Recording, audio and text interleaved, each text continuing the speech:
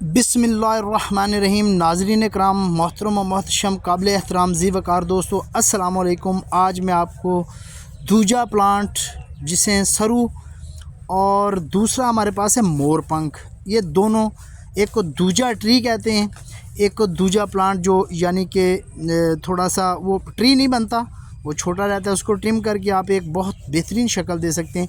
ये बहुत ऊंचा ट्री जाता है, तकरीबन 30 40 50 फुट पे चला जाता है, लेकिन बड़ा खूबसूरत बनता है, ज़बरदस्त स्लिम स्मार्ट होता है, ज़्यादा जगह नहीं घेरता।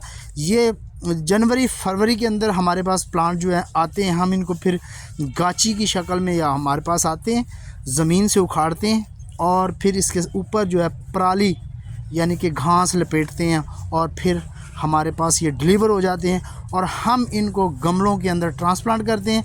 फिर ये मार्च के अंदर इंशाल्लाह अपने रूट्स जो है ना वो डेवलप करना शुरू कर देते हैं और बड़ा ज़बरदस्त पौधा बनता है। इनको पानी ज़्यादा ज़रूरत होती है, पानी कम नहीं चाहिए होता। बाकी पौधों को मैं बताता हूँ कि कम पानी चाहिए होता है, लेकिन इसको मैं ख़ुद बता रहा हूँ कि इसको पानी ज़्यादा चाहिए होता है।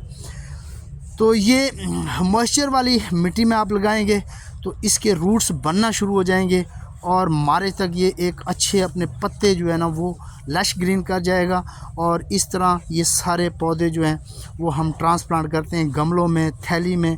जिस हाइट का पौधा होता है उस हाइट के हिसाब से उनको पॉट या पॉलीथीन बैग या फिर बड़े पॉट या ग्रो बैग वो इनको दिए जाते हैं, ताकि उस हिसाब से इनको खुराक भी मिले और उस हिसाब से ये सर्वाइव भी करें।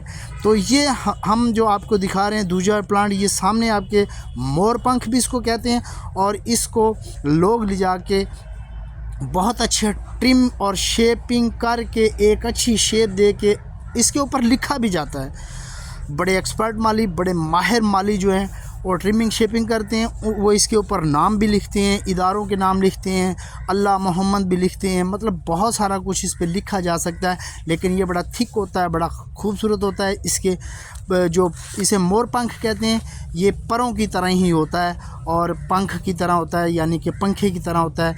आप इसको ज़मीन में लगाएं, पॉट में लगाएं, बड़े पॉट में लगाएं तो ये एवरग्रीन होता है और बड़ा खूबसूरत भी लगता है। तो इसके जब सीड लगते हैं वो भी एक अपनी लुक देता है, अपनी खूबसूरती देता है। पहले ग्रीन होता है, बाद में ग्रे हो जाता है और इस तरह बल्कि ब्राउन सा हो जाता है, बड़ा खूबसूरत वो भी लगता है। और जब धूप पड़ती है तो वो फिर फटना शुरू हो जाता है, फिर उसका सीड गिरता है।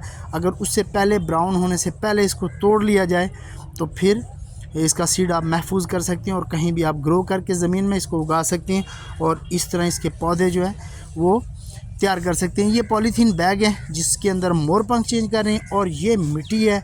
मिट्टी के अंदर आप गोबर खाद का इस्तेमाल नहीं करें, क्योंकि मैं पहले भी आपको इससे पहले वीडियो जितनी भी बनाई है उसमें मैं बता चुका हूँ कि अगर आप इस मिट्टी के अंदर गोबर खाद इस्तेमाल करेंगे तो आपका पौधा जलने का ख़तरा होगा। देखें उसके रूट डिस्टर्ब हो गए हैं, जब वो ज़मीन से उखाड़ते हैं तो वो सारे रूट्स निकलते नहीं हैं, वो नीचे से कट जाते हैं और कटने के बाद पौधा आपका रिवर्स हो जाता है।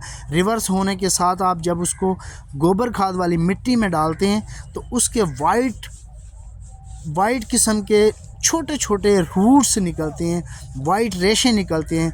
जो जड़ें आगे सर्वाइव करती होती हैं, जड़ें आगे चलती हैं, वो पहले वाइट बिल्कुल सेंसिटिव होती हैं और वाइट कलर की होती हैं। तो जब उनके ऊपर गोबर खाद आ जाए तो वो रूट्स जल जाते हैं। इस तरह आपका पौधा ज़ाया हो जाता है और मरने के चांस बढ़ जाते हैं। तो 100% तो नहीं, तो बीच में से पौधे ज़्यादा मर जाते हैं। तो बिल्कुल भी आप गोबर खाद का इस्तेमाल यहाँ पे ना करें, क्योंकि आप सिंपल मिट्टी लें, उसके अंदर जितने भी फ्रूट ट्री हैं जो ज़मीन से उखड़ के आते हैं, जो बिल्कुल झाड़मा होते हैं, जिनके साथ मिट्टी नहीं होती, जिनके साथ गाची होती है, उनको भी आप गोबर खाद मत दें। जब ये 2-3 महीने गुजार लें, इनके रूट्स चलना शुरू हो जाएं, फिर उसके बाद जो है आप इसके अंदर गोबर खाद या किसी और फर्टिलाइज़र का सहारा ले सकती हैं ताकि इसको ताकत मिले। लेकिन अभी इसको सिर्फ पानी की ज़रूरत है, मिट्टी की ज़रूरत है, जिसके अंदर ये सर्वाइव करेगा और चलेगा। तो ये आप देख भी रहे हैं थैली के अंदर जब डाल रहे हैं इसको, तो इसके अंदर मिट्टी सिंपल डाल रहे हैं और गार्डन साइल होनी चाहिए, रेतली मिट्टी होनी चाहिए, जिससे आपका पौधा जो है वो अच्छा और सेहतमंद हो और नीचे नरम जगह मिलेगी तो आपका पौधे की जड़ें जो हैं वो बेहतरीन सर्वाइव करेंगी और ऊपर से उसकी कॉम्प्लें, उसके पत्ते, उसकी मतलब कनोपी अच्छी बनेगी। जब तक आपकी जो मिट्टी नीचे वाली अच्छी नहीं होगी तो आपका पौधा अच्छा नहीं होगा।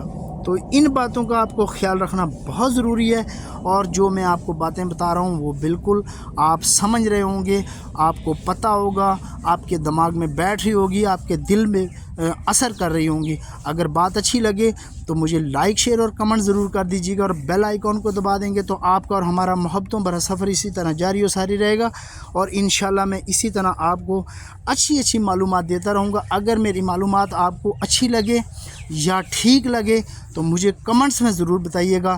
तो इंशाल्लाह किसी नई वीडियो में फिर आपकी खिदमत में हाज़िर होऊंगा। तब तक के लिए मुझे इजाज़त दीजिए। फ़ी अमानुल्लाह। अल्लाह आप सबका हामी व नासिर हो। दुआ में याद रखिएगा और इसी तरह मेरे चैनल को सपोर्ट करते रहें। अल्लाह हाफिज़।